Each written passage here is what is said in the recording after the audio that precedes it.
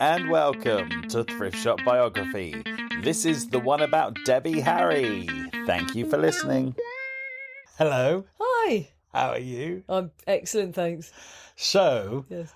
I found the autobiography of the rather brilliant Debbie Harry this week. Did you enjoy it? Oh my God, I loved it. It's brilliant, isn't So it? happy you found it. I didn't know I was going to love it this much. Oh, really? No. The minute I saw it, I was just a no-brainer. Of course, I'm going to get that because I love her. Yeah, but you never know what they're going to actually be like. Oh, that's true. I have been disappointed before by an autobiography of somebody I love, but I wasn't disappointed by this. So, are you a Debbie Harry fan? Yes, I love Blondie, the band, which she is the lead singer of. So I don't particularly single her out. Okay. And I know I love the band. I don't really follow her solo career. I don't really know her solo songs so much.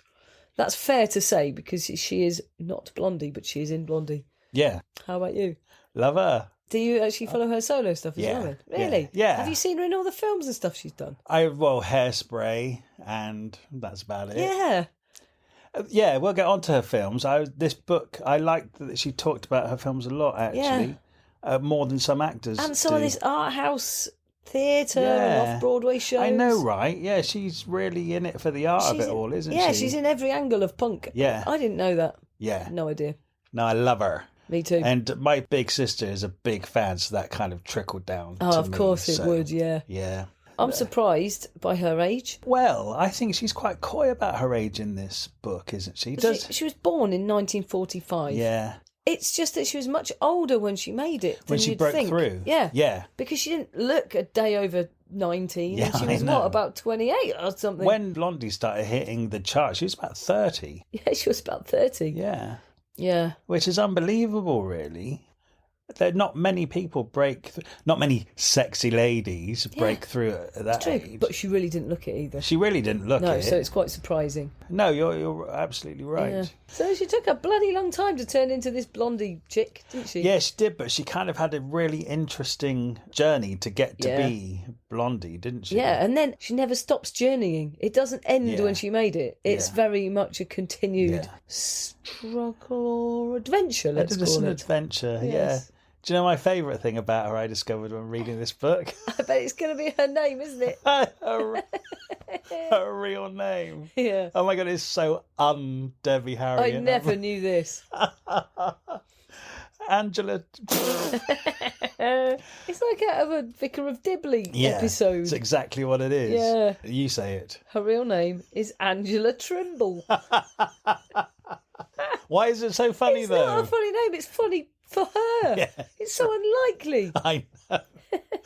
Angela She Trimble. should work at the post office. Yeah, it's such a brilliant name. I love it. Mind you, she was only Angela Trimble for a short amount of time because, of course, she got adopted, didn't she? Yeah, she got adopted when she was 3 months old, which is... Okay, so the adoption thing is obviously what set her character, because lots of research has been done now about how this stuff affects you, which they didn't know anything about then. She was breastfed for the first 3 months, and then her mum handed her over. 3 months of being bonded to your actual biological mother, being torn away. She said she reckons it was chemical fear she felt, chemical fear of survival. You've been abandoned and you don't know for sure you'll survive when you lose that natural parent. That's why she's a bit of a tearaway crazy kid. Even though she hides it well, that's who she is inside. And it amazes me. On the day they adopted her, they took her around a zoo, even though she was only 3 months old. And she remembers this feeling of massive fear of abandonment coupled with these sort of monstrous heads peering in at her. And her parents, when they told her she was adopted, she was 4 when they told her, she recalled this, and they couldn't believe she actually remembered the day she was adopted. But that's how her senses must have been all on alert, because everything was so horribly wrong. Wow. That is extraordinary, actually. Like, can you remember anything from 3 months old? No way. I don't think I can remember anything from 3 years old, actually. 3 months that's the sheer animal fear of being torn away from your source of life. Actually, says it was 9/11 when she'd gone on a bike ride. It was after 9/11. Chris, her bandmate partner, ex-partner, and his wife had left New York. She was cycling along. She felt this overwhelming fear of abandonment in her, identified the feeling, for the first time ever and then let the feeling go. And she says, I'll remember that day for the rest of my life.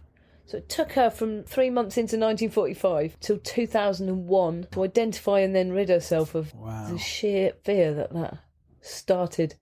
Gosh. Crazy, isn't it? Yeah, it really is. But that was a nice family she went to, right? Lovely family. Yeah, really, really nice. And she had a really nice childhood. Didn't want for anything. She has got nothing negative to say about her childhood. No, she has a sister, Martha, right? Who she absolutely loved. And she was a Girl Scout and they went to church. Yeah. She was in the choir. Yeah. And so like the first 10, 12 years of her life, she just had a really nice all-American childhood. Yeah, she was very pretty and had to block all the paedophiles all the time. Oh my God, Let's just get that out of the way. Yeah. I mean, she says she has a hell of a lot of sexual attention when she was a child. Well, you see, she even says that when she was a baby, now this is a quote from the book, when I was a baby, my doctor gave me a lingering look, and then he turned in his white coat, grinned at my parents and said, watch out for that one, she has bedroom eyes. Yeah, It's right. like, why would you say that about a baby? It's that, yeah, you shouldn't say things in front of kids like that. Her and her mate putting on makeup, going out, walking about, trying to pull blokes. Oh my God. Yeah, how old are they at this point? I think 11? I think they're about 11. And they plaster themselves in their mum's makeup and go out and attract these two blokes who are over 30 who chat them up and say they'd like to take them out. So this is obviously a really great jape. They're playing and they think it's fun. They go home with no intention of ever meeting these blokes where they said they'd meet them. The blokes have followed them home and then call on them at the appropriate time to take them out. And she said at that point her parents have probably had a couple of cocktails and they think it's hilarious. Their parents think it's funny. Yeah, so they take them upstairs and show them these two little children they have that because were they wipe asleep in their makeup beds. off. Yeah. They had no idea these were children. But who was that? One of them was Buddy Rich, the famous jazz drummer. Legendary. And they all just had a good laugh about it with the parents. And then Buddy Rich sent her some signed autographs the next day. Yeah, weird. Would have to be Buddy Rich, wouldn't it? It's nuts. You kind of would think that Buddy Rich and his mate would recognise that was an 11-year-old girl in makeup. But then if they genuinely thought they were children, why would they have gone knocking on the door? You wouldn't have, so I'm going to give them the benefit of the doubt. They did think they were older. And they're really beautiful and their skin is flawless just because there's a beautiful knot that they're children. Oh my God. Yeah, so we had to get straight in with the old P word again. But it's such a significant part of her life. She's a very sexual person. She actually had those feelings about her. She said she was a cheerleader and she would drop the pom-poms all the time because it caused more drama and she bent down to pick them up.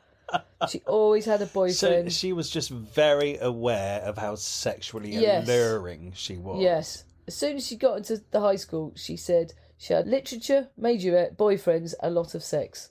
Wow. Those were the things she said. She is extraordinarily beautiful. She's stunning. Even in the pictures in the book when she's obviously off her face. She's structurally just a stunning person. Yeah. It's funny she wanted to be like a New York doll because she kind of is a doll. She looks like a doll. And then Blondie became a Barbie doll. Yeah. It all fits. She knew the boys liked her. Yeah. Yeah. She said she harnessed it to her own advantage. Yeah, well. Instead of being sort of belittled by their advances, she felt power from it. Yeah. I actually find her very man-like about her approach to a lot of things. It's very interesting. She talks about a lot of situations with men and not at any point does she ever even consider that she's less than them. No. She's very much their equal. And even when you read things, and as a man, I'm reading a woman recounting her experience, and I think, oh my God, this is awful. She doesn't see it as awful herself because she can stand up for herself. Yeah. And she is as good as that. Man, there's a real self-assuredness. There is, isn't there? A real, like she sees herself as equal to any man, really comes through when you're reading it. I loved that attitude. And not as a choice. It's like it would never have occurred to her to think any other way. Yeah, no, like in her language and stuff, it's just who she is. Yeah. Yeah. And she's going, I really want to be like those New York dolls. She's going to New York City all the time on the bus, checking out the scene. Like, how can I be one of them? There aren't any women doing this. Yeah. How can I make this happen for me? Yeah. Because I want that. And she goes for it. Yeah, she does. Takes a long time and a lot of work. Well, she does just have this kind of normal life for a long time. Because like we said, she breaks through at an older age. Yeah. So where is she? So she's at school being a cheerleader, flashing her panties. And then she goes to further education. Well, she's kind of just in a small town. It's in New Jersey, right? Yeah. So she's within a bus ride of New York City. Yeah. But she doesn't go in often when she's younger. She just stays in her town. But she says that after school, she wanted to go to art college for 4 years, but her parents couldn't afford it. So the compromise was that she would go to this other school for 2 years. And it was a centenary college in New Jersey. And she said basically it was just a woman's Methodist school run by some very old Southern ladies. And she says essentially it was a finishing program to groom you for a respectable married life. Yeah. So they were just going to make her into a wife, basically. Yeah. But she got into the arts there and stuff, Yeah. literature and all sorts. Yeah. It's really nice. She said right near the end of the book, she wakes up every morning, has a coffee and reads for an hour. Yeah. And she really loves that. She's always fought to get that time. Mm-hmm. I thought about that because reading this book, like within the first chapter, I thought it was kind of written in a slightly different way that a lot of these autobiographies were reading. They were all quite standardized to a certain extent. This had a real personality to itself that actually made me think she's written this whole thing herself. Oh, I really did think that. She obviously reads a lot. She writes all the lyrics. So she's another lyrical poet type person. There's a poem of hers in there, isn't there? Yes. But also in the book, they've made it like almost a bit of a scrapbook. There's different coloured pages every now and then. There's lots and lots of fan art that she's included, and lots of photos, and various times her with other people or just them in the band. And they've got doodles over them, so they sort of turn them into... So it's like works of art, but it's like a collage. It's like a collection of memories. I have to say, every single time I open the book, Blondie played to me. And the other thing, for doing a quick overview, is the New York she describes. This is what I wanted to read. I wanted to get to the bottom of... Can someone just describe to me New York in an era, Bob Dylan did a bit of 60s, but it was a very scrappy bit here, a bit there. With this book, I've got an idea of the 60s into 1970s New York, the grimy, crime-ridden, but so alive, and different pockets with Ukrainians here and Italians here, and then the meat district over there, and the bit that was run by all the spice trade, so it smells of spice and coffee really distinctly. And then she says... They moved loft apartments all the time. These spacious, abandoned warehouses. All the artists in the New York lofts before it all got gentrified. Yeah, which is where disco was born, in the loft, in all of that. She really describes it, doesn't she? So you can imagine it. It really made me want to be there. There's a couple of eras in time where I would just really love to just go and live for 6 months. And one of them is like the end of the 1960s in New York. And I felt like through Debbie Harry, I was kind of living vicariously. Me too. But it's genuinely dangerous. Yes. But it's so exciting and creative. Everything's broke. Everyone's broke. But the whole city is broke. Yeah. They somehow went bankrupt, and she describes piles of rubbish mounting up, rats everywhere. She describes near misses where she's just gone in and locked the door and she hears, because the Somebody bloke who was coming following her behind her. just missed her. Yeah. Just some crazy stuff. And then she also really describes finding abandoned stuff on the street all the time. There's a whole pile of dolls they found once and took them and made them into an album cover. Or you repossess things, and that was the essence of punk. You get something, repossess it and make it your own. Then the New York was so much more transient then, because so many people coming and going. Now if you get an apartment, nobody leaves it till they die, because you're so lucky to get it. But then there's all this, it's a whole different time, and she really nails it. It's so descriptive. She's obviously reliving it, and she's thinking about it. All the clubs, the characters. Yeah, you go. I'll stop ranting now. Carry on. So she's at college. They're basically grooming her to be a wife. Yeah. And she's never going to be a wife. Yeah. She graduates with an arts degree, comes into New York, and then she gets a job. And then her friend helps her get her first apartment. She shares with her friends and it only costs her about $50. And she's 20 years old at this point. So at 20 years old, she gets a job in New York City. She moves into an apartment. Oh, and she becomes a secretary for the BBC. Yeah, that's really random, isn't it? And so she's just organising and booking radio interviews and stuff. But she's in New York. Yes. She's made it. Yeah. She's got away from small town suburbia and being an all-American wife. Yeah, she can start to be who she wants to be. She said when she was younger, she felt like she was hiding half of her personality. She also doesn't understand who the rest of her is, and that she's on a big quest to find out. Right, yeah. She might want to be a bohemian or an artist. And she's already experimenting making her own clothes as well. Because that's part of the punk movement, Yeah. which didn't have its name then. But it was just in the air, because obviously we read Vivienne Westwood. Yes. I've learned all about punk then. And this was happening at exactly the same time in New York, and they didn't seem connected. It's like, it was just the spirit. Maybe it's a post-war spirit of kids who grew up without much or in ration times, who just make do in men, but make do in invents. Maybe it was just the feeling, because they both seem to go completely parallel, don't they, the punk movement? Yeah. Organically. And then they cross over, like the New York Dolls, Malcolm McLaren.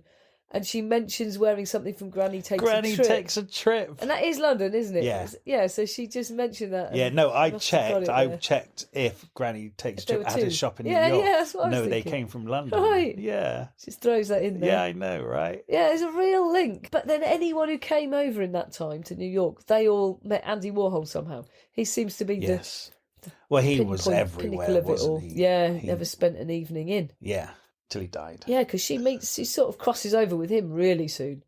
So she's a young woman in New York at that exciting time. I mean, she's even going into bars like the Velvet Underground are like playing and stuff. And It's Andy like- Warhol did the set for their show. and she even gets to see Janis Joplin playing live. Yeah. And I mean, that's an amazing time to be there, Yeah, as we know. yeah.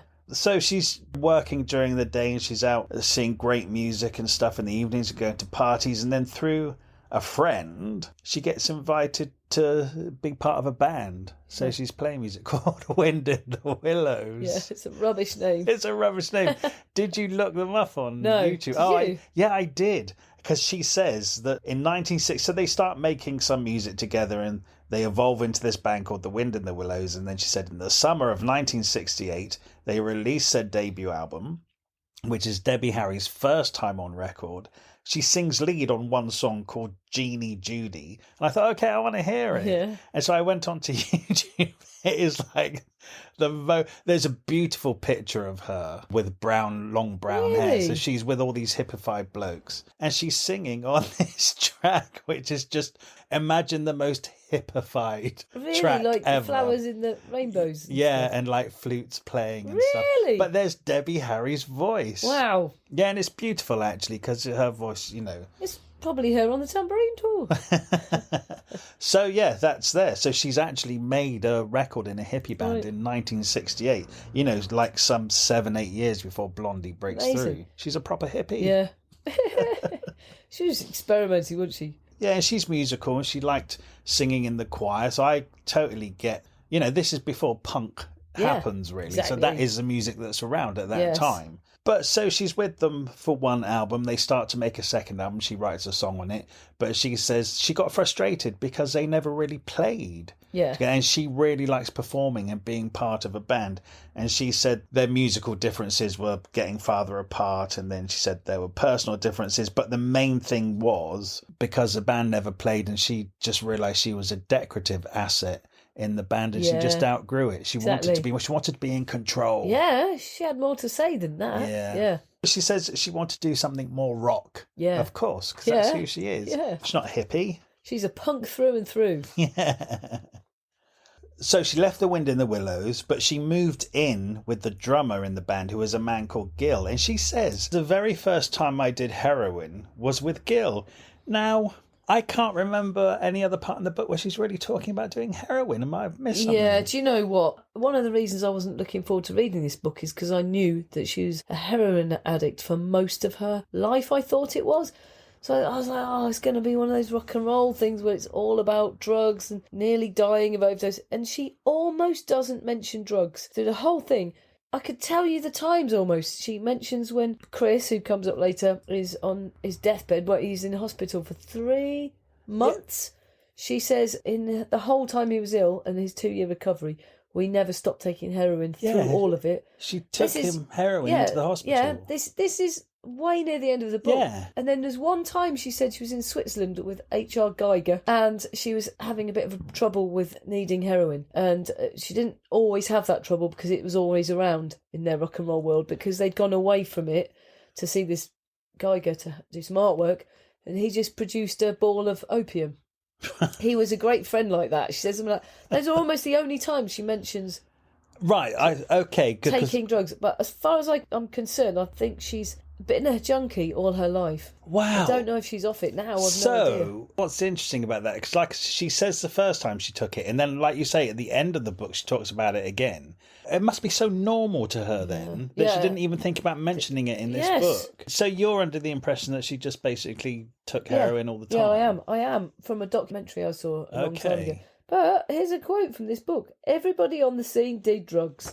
Yeah. That's just it. She's just like, it was so normal. And it's just part of their scene.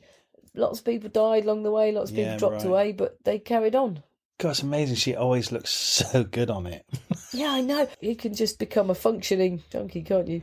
Yeah. She does say something about it just takes the edge off your feelings or your thoughts or something. I don't need all the information that, you get in Motley Crue. I don't need all of it. Oh, to be honest, do you know what? If she'd written a book about being a heroin addict for 30 years, it would have been boring. Exactly. So, I mean, she hasn't lied about it. She says right here, the first time I did heroin, then she talks about it again at the end. If she's doing it all the time, she doesn't need to talk about it. Okay. No, she doesn't. And she says at one point, I think, my parents wanted me to be a something, but I ended up a junkie in a band. Oh, well. She actually calls herself a junkie. But she does it so lightly, you can brush over it. Crazy. But yeah, functioning, I guess. Yeah, okay. So she's taking heroin for the first time with Gil. And it never stopped. Yeah. It never stopped. And then she gets a job at a place called Max's, Kansas City, where she's a waitress. Yeah. Yeah? And it sounds like Max's Kansas City is the place to be. Yeah, she says it's a place to be seen.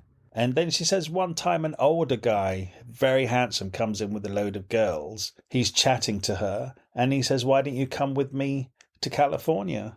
And so she does. Yeah. And she goes all the way across country. Because he's a millionaire and she can stay in his pad. Yeah, and she lives with him. Not for the longest. He's got a wife, right? His wife comes back. She's off with someone else. But as soon as she hears there's a woman there, she comes running back. So he houses her in a hotel. Yeah. So then she feels lonely and gets him to fly her back to New York. So she comes back to New York City and she says to her boss in Max's Kansas City, can I have my job back? And he says no. Yeah, no so I chance. love this. It says, she goes, I went to Max's and asked for my job back. They said no. So that's when I went to become a Playboy bunny. Yes. So I thought, oh, bloody hell. But actually, she was only a waitress at the Playboy Bunny restaurant. So there's nothing too dodgy. Yeah, and she says being a bunny is not at all what you might think. Well, it's totally different from actually working the Playboy mansion. Oh, she's just being a waitress at the Playboy restaurant. But then that's like entry level. If you want to, you work your way up to the mansion. Is that how it works? I have no idea, actually. Yeah, I think it's kind of how they might test drive their girls. Because then you go into the back rooms, which they were, but she was only a waitress there. But she's certainly put her years in working up, hasn't she? Yeah. I mean, she's completely established in the scene now. Andy Warhol was at that restaurant all the time. She knew him then. Jimi Hendrix was at that restaurant all the time. She was waiting on him. Miles Davis she even met. I know she's only a waitress, but she's extremely beautiful and she'd have been getting noticed. Yeah. Plus she's playing gigs. But she also worked at this place called Head, which sounds like it was all the paraphernalia of hippie punk world. Oh, yeah. And there she met every single character going. She was just really in the scene, but didn't have a direction within it. So she did 5 years like that in the absolute heart of all this madness and amazingness. But, you see, that makes this even weirder that happens at this time, is that her friend has a baby, so she goes to live with her for 4 months, and then she goes back to live with her parents in New Jersey. Yeah. So after all that... She said she went back to her parents to help them move, so she lived with them for 2 months helping them move, which is so nice. Right, yeah. And then so they moved, but she then stayed in that town in New Jersey. Yeah, because she got a job at a health club. A health club and got an ordinary boyfriend. Yeah, painter-decorator. Painter-decorator, or he seemed ordinary. Oh, God. Yeah, I know, it's horrible. So she says she's just living the normal life. She's 26 at this point. 26, back home, being normal. In fact, this bloke did her a lot of favours because he effectively sent her running back to New York. She had to actually leave the area.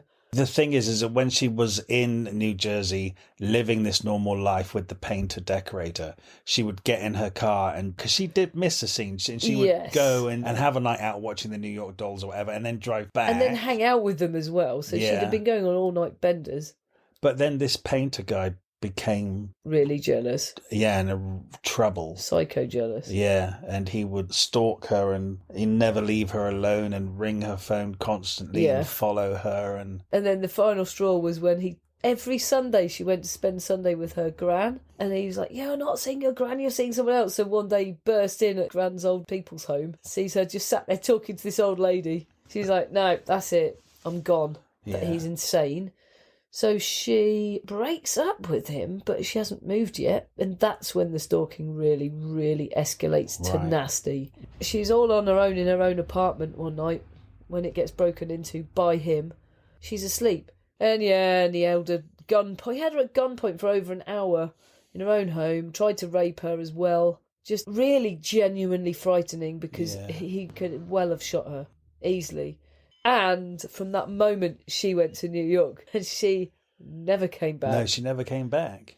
So it kind of did her a favour. It was a real kick up the ass. Go back where you belong. Yeah, she was never going to last long living a normal life. No, it's not what she was not a normal about. Person. Yeah. She tried it. Maybe that was who she was. Yeah. No, it wasn't. So then she is seeing the New York Dolls.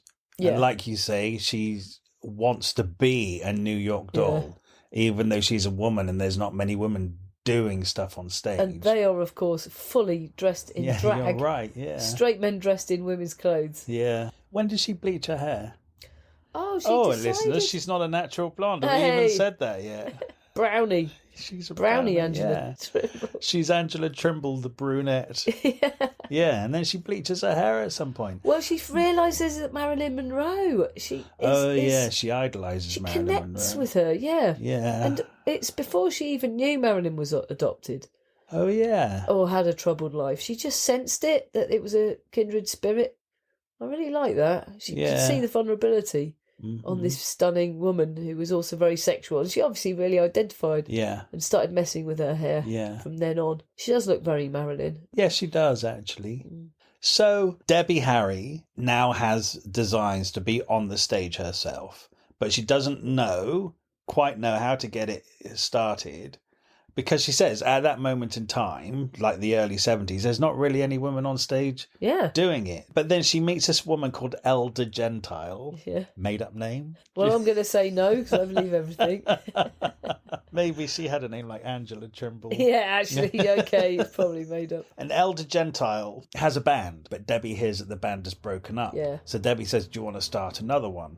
Elder, Debbie, and another woman called Roseanne start a group called the Stilettos. Yeah, it's a good name, that. Yeah. And they have a male backing band. Yeah. Did you look them up? Yeah, there's just barely anything on because it's just pre-video cameras in clubs and stuff. Which is good, I'm glad. But there is some music on there, but no video. Yeah. It was CBGB's at this time, wasn't it? Yes. CBGB's was their kind of haven for just new bands to have a go, and it's this amazing environment. It's only supposed to seat 300, well, not a seat, but fit in. Yeah. And I have been there, and it is an utter dive, like a fantastically excellent dive. You know, all graffitied and gum, smelly, and little booths all around the side, and it's really long and thin. Stage down one end, tiny. You had to go past the side of the stage to go downstairs to get the toilet. When I was there, it was all graffitied and the door was propped up in the toilet cubicle. You had to lean it up to go it, or nobody bothered. It's proper anarchy. It's proper punk. Quite a few bands started off in CBGBs, didn't they? Tons of them, and it's legendary like the now. And, it's utterly tragic that it closed. It's not there. It's a menswear shop now. I went in there the week it closed. Did you? Another different time. And I just went in because I'd heard it was closing, but it looked like the door was open, so I went in. It was all being packed up, and they went, no, we've closed. So that would have been within days of Blondie playing the closing gig. Yeah. If not the night before. Shit. I know. I was like, God, I was so close to that. I'm amazed they played the closing gig there. It's fantastic. Yeah.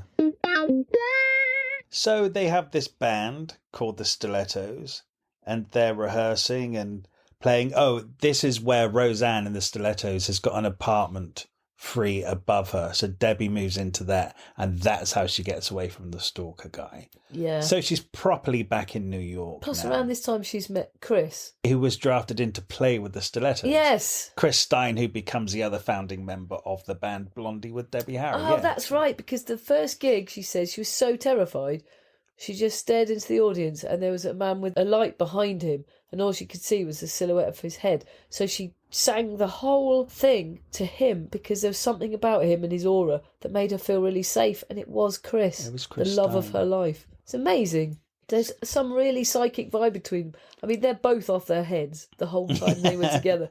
But they believe there's a really psychic vibe between them. She talks about her own psychic vibe quite a bit in this, doesn't she? Yeah, loads. And her aptitude for sensing poltergeists and things like that. And you'll say it's the heroin. Yeah, well, that's the thing. I know it did kind of go through my mind. It's probably just a drug. Yeah, absolutely wrecked. So they actually think they have this inexplicable, profound ESP it's called connection. Shared recreational drugs. Are they just taking drugs? Yeah, it's true. Yeah. I mean, they obviously do really get on. They're very connected. Course. They make great music. Yeah, they fancy each other a lot. Mm-hmm. Very glad about all of that. They was together for 13 years from that moment she was in the Stilettos to the end of Blondie, basically. But which wasn't the end, because it's never ended. It's never ended. No. Good. Yeah. So the Stilettos, they're playing CBGBs and they're opening for television, i.e. the band television. Yes. And that carries on for a little while, but then Chris and Debbie leave the Stilettos and the bass player and the drummer come with them. Mm. And then I love this. They start a new band called Angel and the Snake. It's a great name. Isn't it brilliant? Great name. She's had some really good band names. The Stilettos, Angel and the Snake, she's good with words. And Blondie. Yeah. I'm taking it she didn't name the band The Wind in the Willows. No, because that's her rubbish name. Yeah, it's terrible. So she's been in a band with the worst name in rock history, Wind in the Willows, and then 3 bands with 3 of the best names. Yes, totally. Yeah. So they leave. They become Angel and the Snake. And then Angel and the Snake are back at CBGB's opening for the Ramones. But they only lasted 2 gigs, Angel and the Snake. And then, because they then become Blondie and the Banzai Babies, which quickly got reduced to just Banzai Babies. Blondie is a great name, though, isn't it, for a group?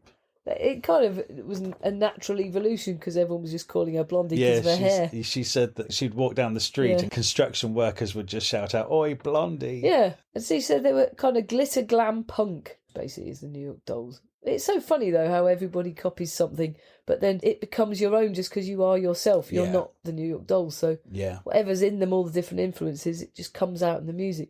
Oh, God, it's around this time when they got... they'd done a gig and they were really happy and they went to get milk and cookies somewhere and then they went home to their loft apartment. This is her and Chris. I'll just say it quickly and we can brush past it because it's horrendous. They go to their door. They're all living in dodgy areas and dark and everything, and this bloke, he just holds them at knife point, tries to rob them. They haven't got anything, so he says, "I'm coming up to your flat then." He wants drugs and all they've got is acid, but he doesn't like acid. So then he ties Chris up. Rapes Debbie. Rapes her. And then takes both their guitars and Chris's camera. Pretty horrendous. Mm-hmm. I'm guessing it's New York life in the 70s. Seems to be... Can be The dangerous. amount of time that something, really bad happened to them, the amount of scrapes they get through. But she actually said worse than the rape was having the guitars nicked because they had no money at all and no means of getting anywhere with their life at all without those things. Oh, they're really hand-to-mouth breadline, wasn't it? Yeah, definitely. Anyway, moving on. None of this, it never weighs heavy. I know, it's like the whole time she's even, like we were saying earlier about her being quite like a man about things. And things that I think would absolutely break some people, especially something like a rape. In fact, she actually says, when she's recalling that attack, she says, "Oh, he threw me on bed and he fucked me." Yeah. And it's only afterwards she actually uses the word rape. Yeah. It's kind of like she really does have a different angle on stuff. Yeah, I know. And could it be anything to do with being on heroin? I'm not an expert, but she does say it knocks the edge off life a bit, feelings-wise. I wonder. Yeah. I don't know. Oh my God, right, I have to say this as well. Take in a few notes when you read this, just as a reminder for when we talk. I nearly rewrote this book because every single thing she said, I was like, oh my God, that's amazing, right, that I had to stop myself from just copying out the book because there's so many, like one page has 5 interesting points on it that seem unbelievably important. And she's missed out years and years and skipped over this and that, and it's still packed. Yeah. Action packed. Then that'll happen 1 minute, the next minute she go. Then we went on tour. Then they rang us to say our house burnt down. The loft they were in burnt down because there were biker gang upstairs, and the biker had been tied to his chair, tortured, and then set on fire. Well, she'd eventually set the whole place on fire, and we had to run out with just our stuff, and then we had to find somewhere else to live. It's non-stop. Oh, I love it when the cats saved their lives. Oh, yeah. So they're in an old loft apartment and the boiler is done. They have to keep the boiler topped up with water, otherwise it burns dirty. This is where she doesn't talk about being on heroin all the time. And I realise now, when she said at the beginning, that was the first time I took heroin, we're supposed to say, okay, she's on heroin now for the next 20 years. Yes. Because she's saying how they all fell asleep in this apartment and how it filled up with smoke and soot. And it wasn't until the cats were clawing at their faces and waking them up. She said their throats were like sandpaper, their noses were clogged with soot. If it wasn't for the cats, they would be dead. And it's just like, if you weren't strung out on heroin, you'd have woken up. They're already in a semi-coma. Yeah. Yeah. So actually, now you made me realise they're just on heroin throughout this book. Things like that suddenly make sense. Yes. Most people would have woken up. Or one of them would have woken up to alert the others. You might think. But the cats, who luckily were not on heroin, saved Blondie. Yeah. Blondie might not exist if it weren't for those cats. And their guitarist, Gary, says he was just standing in the loft apartment, basically holding a lamp that was electrocuting him. Oh, yeah. He was just standing there shaking, holding this lamp, and Chris came in and just saw it and knocked the lamp out of his hand and basically saved his life. It's this sort of thing. The fact they personally, within their small circle, had no rock and roll deaths is a miracle. It is weird how many times they should all have died. Not least because they take heroin all the time. Yeah, I know. She says in this book, I'm really struggling to remember the positive stories, but I could go on and on and on about the near misses. But it really paints a picture. Should we just talk about Ted Bundy at this point? Oh, there's another scrape. Yeah, whilst we're in the scrapes category, let's talk about Ted Bundy. This was because of her platform boots from Granny Takes a Trip. That's right. Because she'd gone somewhere. It was a New York Dolls gig. She just thought she'd walk like she always does, not thinking She's in her big platform boots from Granny Takes. So she takes off her platform boots. It's glass everywhere because it's a dodgy neighbourhood. Oh, yeah. So she is having to walk without her boots. And this car comes up and asks if she needs a lift anywhere. She says no. But the car keeps circling her.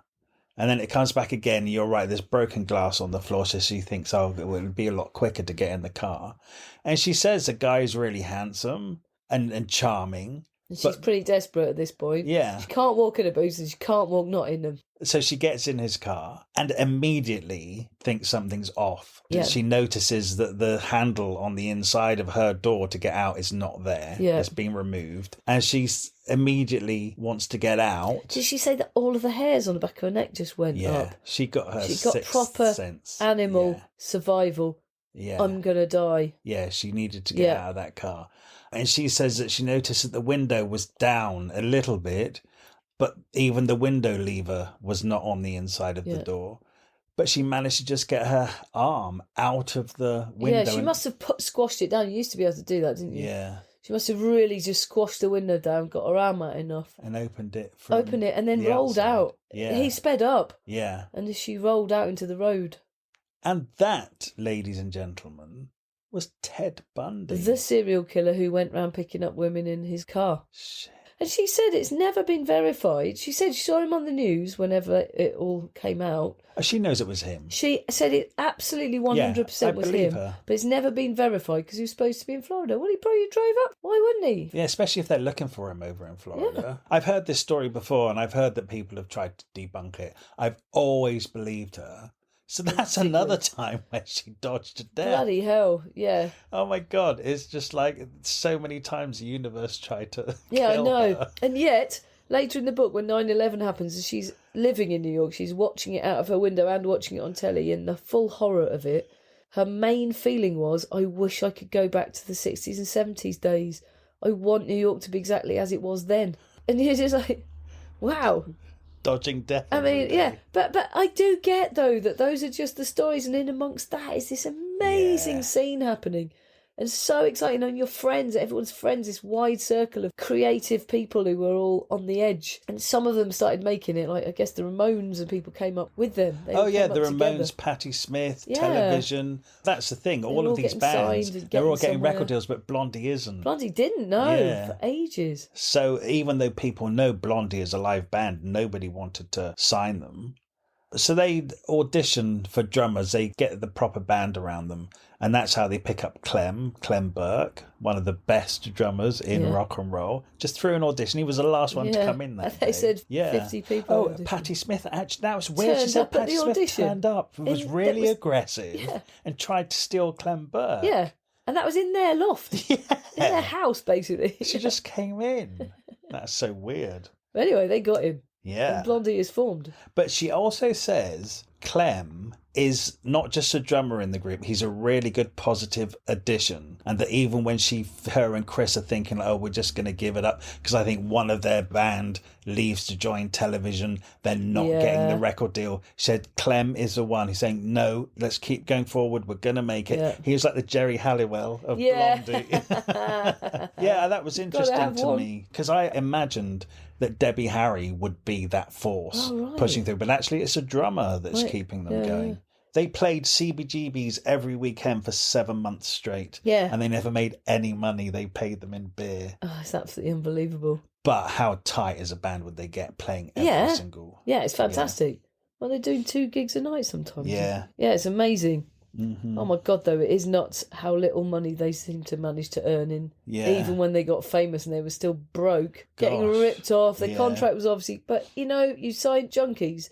They're not going to... Oh, my God, what's that book we read when it said, how do you get a junkie to sign a record deal? You keep the drugs outside until they've signed it. Oh, it was Quincy Jones. Yeah. That was actually a known thing to do in those record companies. Mm-hmm. Just hold the drugs off until they've signed. Wow. Because they got absolutely screwed. Oh, yeah. Yeah, they did. Massively. But anyway, that's to come. But very soon they'll hit success and get screwed over just like that. They eventually make a demo tape, and there was a magazine called the New York Rocker, and the editor really loved Blondie, and he put them in the magazine and helped them find another recording studio where they recorded another demo, and then they handed it on to this person, that person. So a bit of a buzz is kind of happening. It was the manager of the New York Dolls, because obviously Debbie Harry became part of their scene. Yeah. He knew somebody who used to work with Seymour Stein, who signed Talking Heads and Madonna and all of that. And the guy that set up his record label had another record label called Instant Records, and they signed Blondie. They got their first record deal. Yeah. What are we on now? Like 1976 their first album came out. We're in 1976. So she's 31. Yeah. She's 31. I'd never have guessed that. No, me neither. Amazing. So they record Ex Offender, which I didn't know first was originally called Sex Offender. I don't even know that song, so you're one ahead of me. So yeah, Ex Offender's not a hit, but it creates enough of a buzz that they're signed to record an album. Yeah. So they go off to promote that. And then, of course, the record label, when they promote that first album in Times Square, they put up a picture just of Debbie Harry with her nipples showing through her a shirt. see-through shirt. I mean, these are legendary now. It's weird, though. They did this whole photo shoot of mainly their faces. Then right at the end, he said, why don't we just do one of you in this see-through shirt, but we won't use it? I'm like, if you do that picture, they've got it. It's out there. I think it's a bit treacherous to have even done that in the first place, don't you? Yeah, but she liked having a picture taken. Yeah, but then to not expect them to use it, it's not in her control. They've got it. Anyway, it is pretty bad behaviour, but they have really suffered tons and tons of shit decisions from their various record companies. For example, they wanted to cast her in Blade Runner, and the record company blocked it. There's so many opportunities that they haven't let her have. And she's saying, but I'm sure it would help us sell records. Yeah, right. It would. Yeah, it would. It always does with other artists. Yeah. But she was before Madonna. she actually says at one point, if that was Madonna, the record company would have made sure her song was in the film, they'd have done a deal. But they don't do nothing but squash them instead of build them up. It's absolutely crap. And then they do that classic thing of setting up a tour and working them to death. That's it. She just says as soon as the first album was released, they played a bunch of shows in New York, and then in 1977 they hit the road for the first time, and they just stayed on the road. Yeah, and then they make them do the second album as soon as they can. But it was while they were on tour that they went to Los Angeles, and there was a DJ on K-Rock who really loved them, and he played them to death, and she says that kind of flipped it for them, and that's when they really started getting noticed. And then Iggy Pop and David Bowie come up and ask Blondie to support them on their tour, which are big gigs, and they're all they go to London, they're all over Europe, and you can imagine how well they would go with David Bowie and Iggy Pop fans. That's just right. So they would have gained so many fans. It's great. Do you know that Blondie are overall way more successful in the UK than what they ever were in America? Well, I've gathered that through this book. Yeah. Because every time she says the album went to #1 in the UK and it was top 20 in America, I'm like, Yeah. They had a couple of massive number ones in America, but track by track, like all of their singles hit really big in the UK. But in America, they just had a couple of really big it's things. amazing, actually. Like, we really, really love them over We really here. do love them. Yeah. And I wonder if it's the punk thing, which is more a British... Is it more a British thing? Yeah. Although like I would say Blondie went very quickly into kind of like new wave and... That's true. Good on us. Yeah. Agonising, superb quality. So then, when they do their second album, Plastic Letters, the manager gets them off the record label they've been on and signs them with Chrysalis Records, which is a British record label. But they have to pay people off, and they end up $1 million in debt. Yeah, before they've even bloody started. Oh, my it's typical. Word. Honestly, the music industry, the music business. I can't see any evidence in this book of them having any money. At one point, they buy a house. They're told to buy a 5-story house as an investment, and then they lose it because the tax hasn't been paid and they've been swindled. So they lose that house and have to rent again. I can't see any evidence in that whole book of them ever having any money. And maybe that's because heroin is expensive. Oh. I don't know. But they are broke all the time. I know. And we'll get there in a minute, but I'm amazed after their 5 years of massive success and all those albums, they're broke. Absolutely broke and diddled and stiffed. Oh my God, they've been stiffed and diddled. They have. It sounds funny the other way around, doesn't it? Yeah. I can't believe Angela Trimble's been stiffed and diddled. Nor can I. Oh, but anyway, before they get there, they get to be on Top of the Pops. Yes, woohoo! Always good. What song was that with? Denis. Denis. That was their first big hit over here. Number 2. What year? 1978. So do you know what? They hit the ground running. Once they get that first hit and they're on Top of the Pops in the UK, we love them. Yeah. And for the next 4 or 5 years, they're just getting to the top of the chart. Exactly. So then, eventually, they've been touring like mad. They're finally breaking through. And then, in 1978, the record label actually allowed them to have a break from the tour so they can record the third album, which is Parallel Lines, iconic. Ah, yes. So the record company said at that point, they had a listen. They said, no, we can't hear any hits. Oh, my God. And I had a look and I was like, hang on. One way or another, hanging on the telephone, Sunday Girl. Picture this. Yeah. You absolute Heart knobhead. of Glass is even on that Why album. is that your job? It honestly does seem that the least equipped people to make decisions in the music industry are the bosses in the music industry. It's bizarre. How could you have listened to any of those records and said there's no hits? Come on. Yeah. That's an amazing album. Yeah. And the record company said it wasn't good enough. No hits. Wow. No Well, luckily, they had Mike Chapman produce that, who was a really established and respected music producer. And he said to the record company, no, we're not changing anything. This is the album. Yeah. So they were lucky that they had him actually to say that. And we're lucky that they had him to say it because then we got that album. Yes. Was Heart of Glass on that as well? Yeah. Heart of Glass. She said it was really quite disco, which made them punk in the face of punk. Yeah, right. Because it is a punk thing to do. Do you know what? That's a really positive interpretation of that, because I know that when Blondie brought out Heart of Glass, they upset a lot of their fans because they'd gone from that guitar sound that they had all of a sudden over to synthesizers. Yeah, there you go. It's anarchy. Yeah, so within punk. Yeah, so saying that it's punk in the face of punk. Yeah, they're going to do whatever we want. That's the whole point. So good on them. Oh, by the way, Basquiat. They bought the first Basquiat painting. It's amazing. And Jean-Michel Basquiat was another heroin addict and pretty messed up, living in the poverty New York creative hub. So he's absolutely bankrupt, of course, and they got a bit of money. So they spent $300, did she say? Yeah, buying... on his first piece. Now, massive pieces, weren't they? They're so cool. So they're really pleased. They've got an original Jean-Michel Basquiat for $300, and he's going off going, I've robbed them. I wonder what happened to that. She doesn't say. She says that when everything's getting repossessed, she signs her Warhol over to one of her executors or bankers. She gets somebody to look after a Warhol. But she doesn't mention the Basquiat.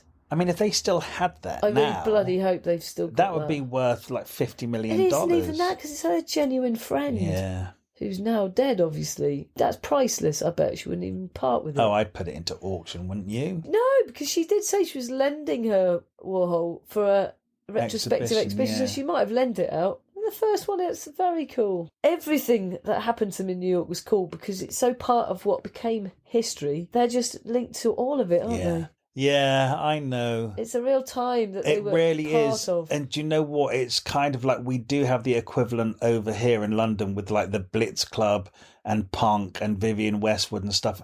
Because let's not forget, this is 40 years ago now, and New York and London were different places. They were not gentrified. There were lots of pockets of areas where people could live in squats, and there was so much more artistic hubs here. There were fewer people around. I just don't think it could happen these days. No, and if it did, it wouldn't be London. It's likely to come out of a suburb, really. Or even online. I think a lot of stuff happens online now. Yeah. She does say, there is a quote, and I can't remember, I'm doing this from memory now. She said that all of that, which was happening around CBG, was that whole art scene, like visual arts music, it came out of the bubble of economic depression that they were all living in, but it just made them artistically rich. Yeah. It was something like that, the poverty they had. Yeah. It's like the art was the only currency they had in a way. Like, I mean, she does talk about clothes, which is where that punk thing really crosses over. A famous mini dress in Zebra was a pillowcase she found on the street and just sewed it up.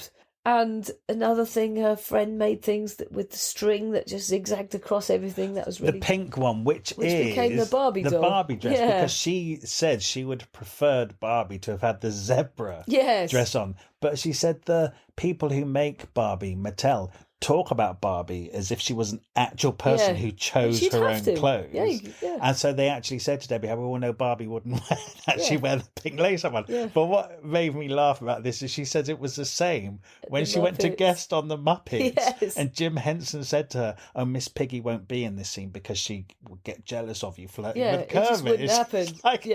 But it's a puppet. But the people who create You've got them... to be thorough with characters. They have their own personality. They talk about them as if they're real people. I love that. It's really cool in the book where she says she did the Muppets, and she says something like it turned into a bit of a moment. Like, it was actually a really, really great thing that she loved. Yeah, because I think she wasn't too bothered about going and doing it, and then it just turned out to be this amazing thing. We've got so much Googling to do. Yeah. Oh, we should watch Debbie Harry on the Muppets. We've got to do that. Okay, so look, I guess it's pointless. We can only run have an through. hour. They just have lots of albums and lots of tours, and they're really very successful. Oh, there's a really cool thing where Fab Five Freddy, who we all know from Fab Five Freddy, Tell Me Everybody's Fly. On Rapture. Yeah, on Rapture. He's in the video, and Basquiat's in that video as well. Yes. But Fab Five Freddy is a pioneer of the hip-hop scene and took them to hip-hop for the first time. And it was just happening in these little pockets or in a school here or a Again, yard that's that there. whole New York at the end of the 70s. Yeah. That's the thing. And she said the hip-hop scene was very much like the punk scene. Yes. It was people It's coming running together. parallel. And Yeah. So it makes total sense how they would totally cross over. Yeah. Even though at face value they're very different. They'd got racially segregated and then they decided to make a massive effort to make a racially mixed and therefore bring the cultures together of the different music. For their next album. Yeah. Yeah. Make an album that was an absolute conscious decision to try Yeah, and see if no, you could blend the two. I was confused when this came up in the book because she talks about that happening where they wanted to make an album that wasn't black or white. And that turned out as she started calling it Cuckoo, which I knew as a Debbie Harry solo album, which it is. But she starts off talking about it in the book as if it was a Blondie album. So I imagine then they It was started her and off. Chris. She's working with Chris because she can't work without him. Okay. It's not with the rest of the band. That would be Blondie.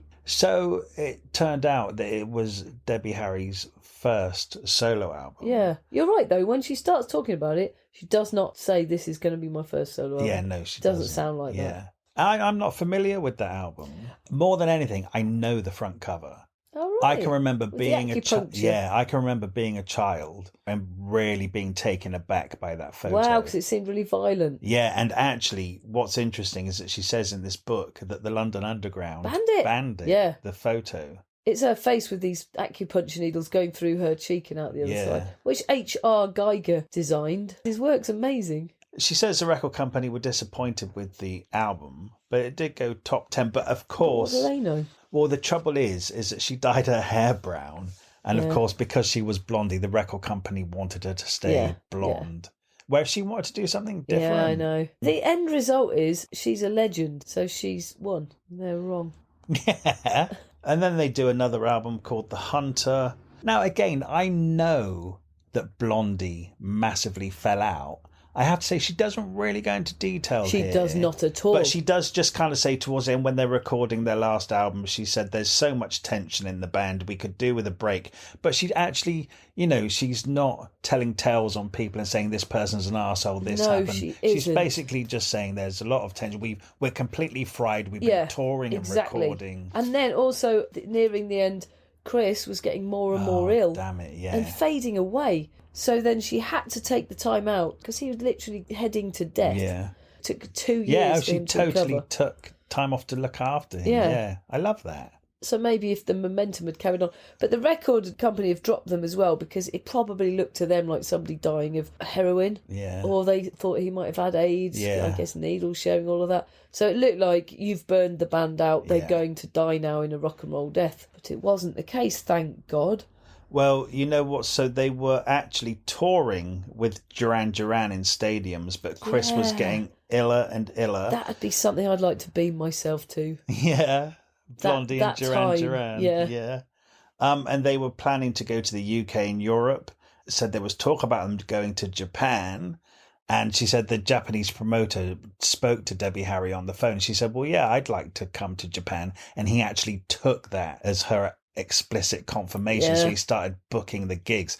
And then she said, well, I didn't agree to it, actually. But he says they did. So when Chris got too ill that they couldn't go, the Japanese promoter sued them. That's how they started losing a lot of their Yeah. money. And then Chris was ill for a very long time.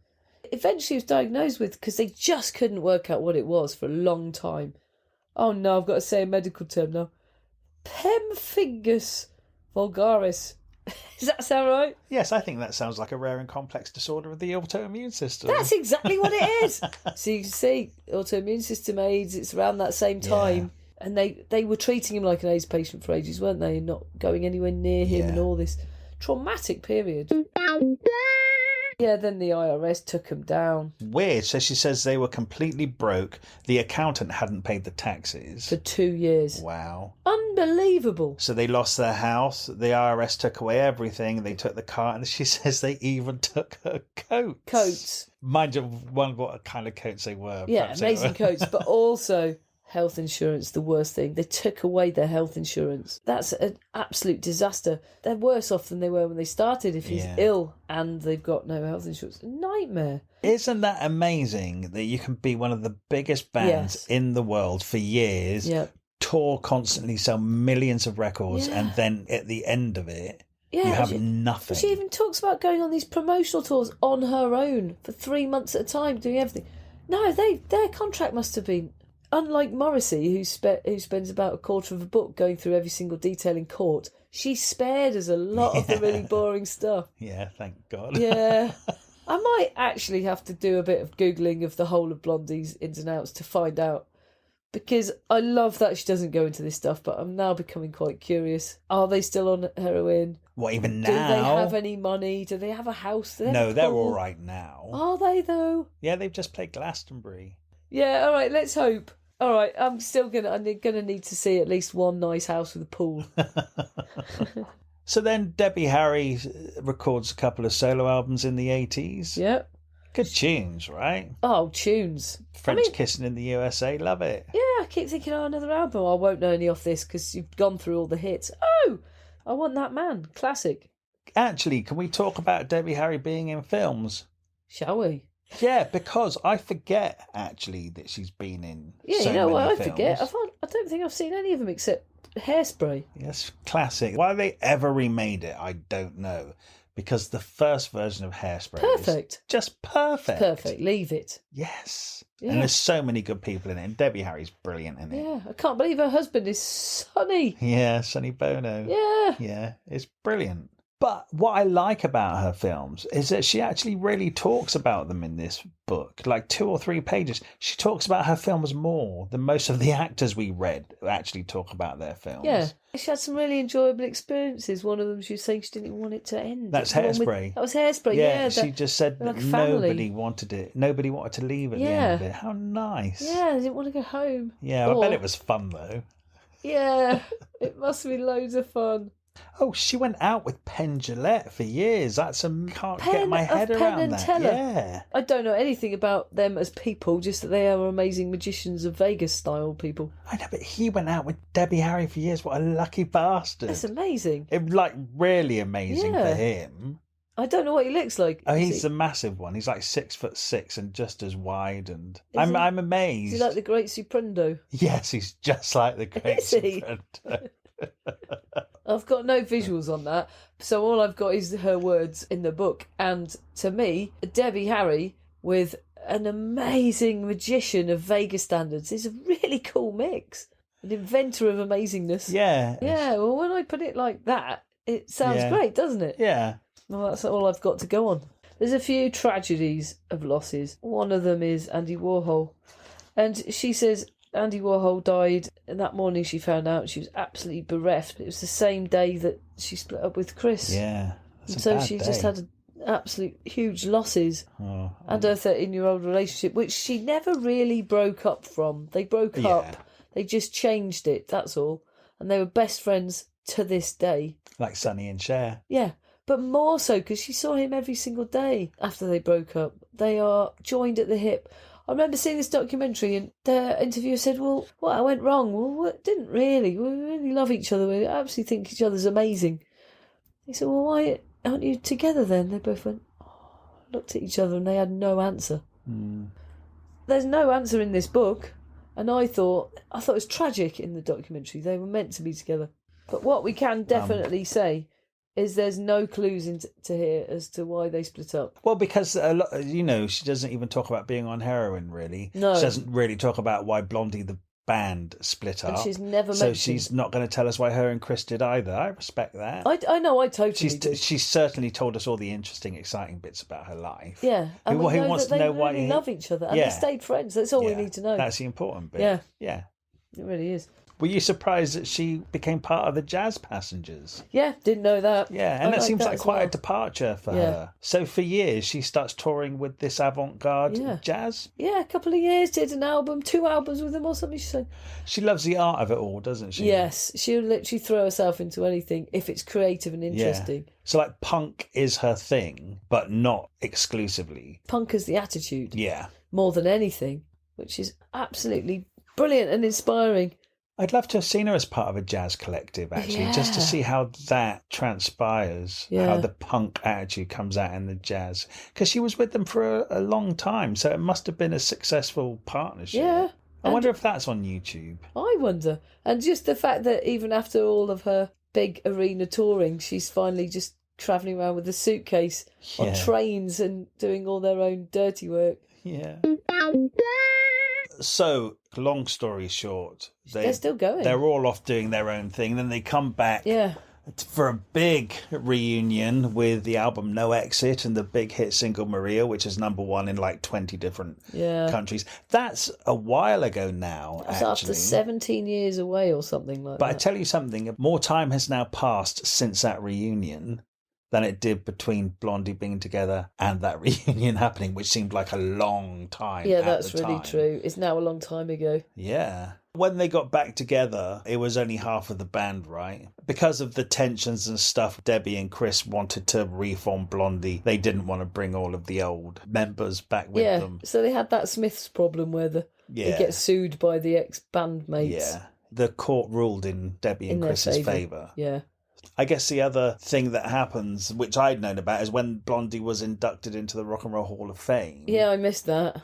That's on YouTube. Yeah, I bet it is. Yeah, it gets a bit awkward because the original members were invited, but obviously when Chris and Debbie get up on stage to accept the award, the other three get up with them. Yeah. And Blondie are asked to play, but it's the newer version of Blondie who are playing it, but the older guys are saying, well, can we not play together? We're part of it. It got very awkward, they'd obviously planned it. But the thing is, I kind of get their point as well, because Blondie's massive success with those first 2 or 3 albums. It's true. It's complicated though, because the bloke apparently in this moment on live television said, I played with you for 3 years. I've been playing with this band for the last 20 years.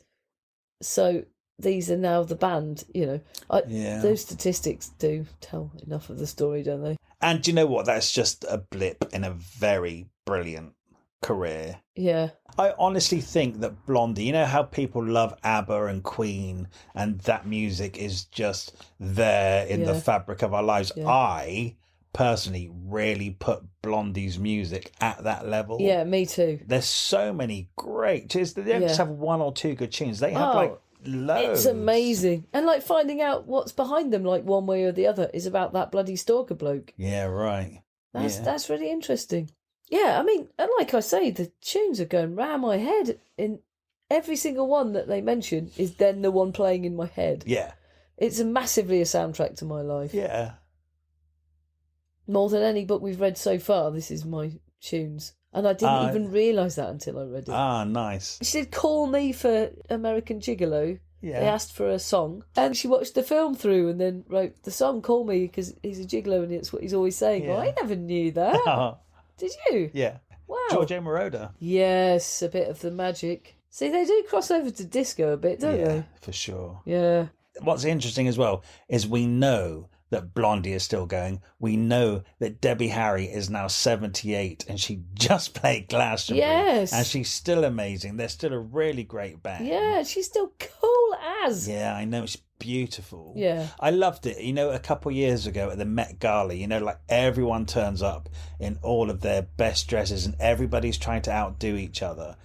Debbie Harry turns up in a denim jacket, this amazing punk skirt, but she's not too over the top and she doesn't have extensive plastic surgery or anything. And she just looked amazing. All the newspapers had her photo on, saying, really? Wow, Debbie Harry. For a 75-year-old woman to win now the I've Met got to Gala. Google that as well. Oh, she looks amazing. Look for it. Yeah. But I love this quote near the end of the book.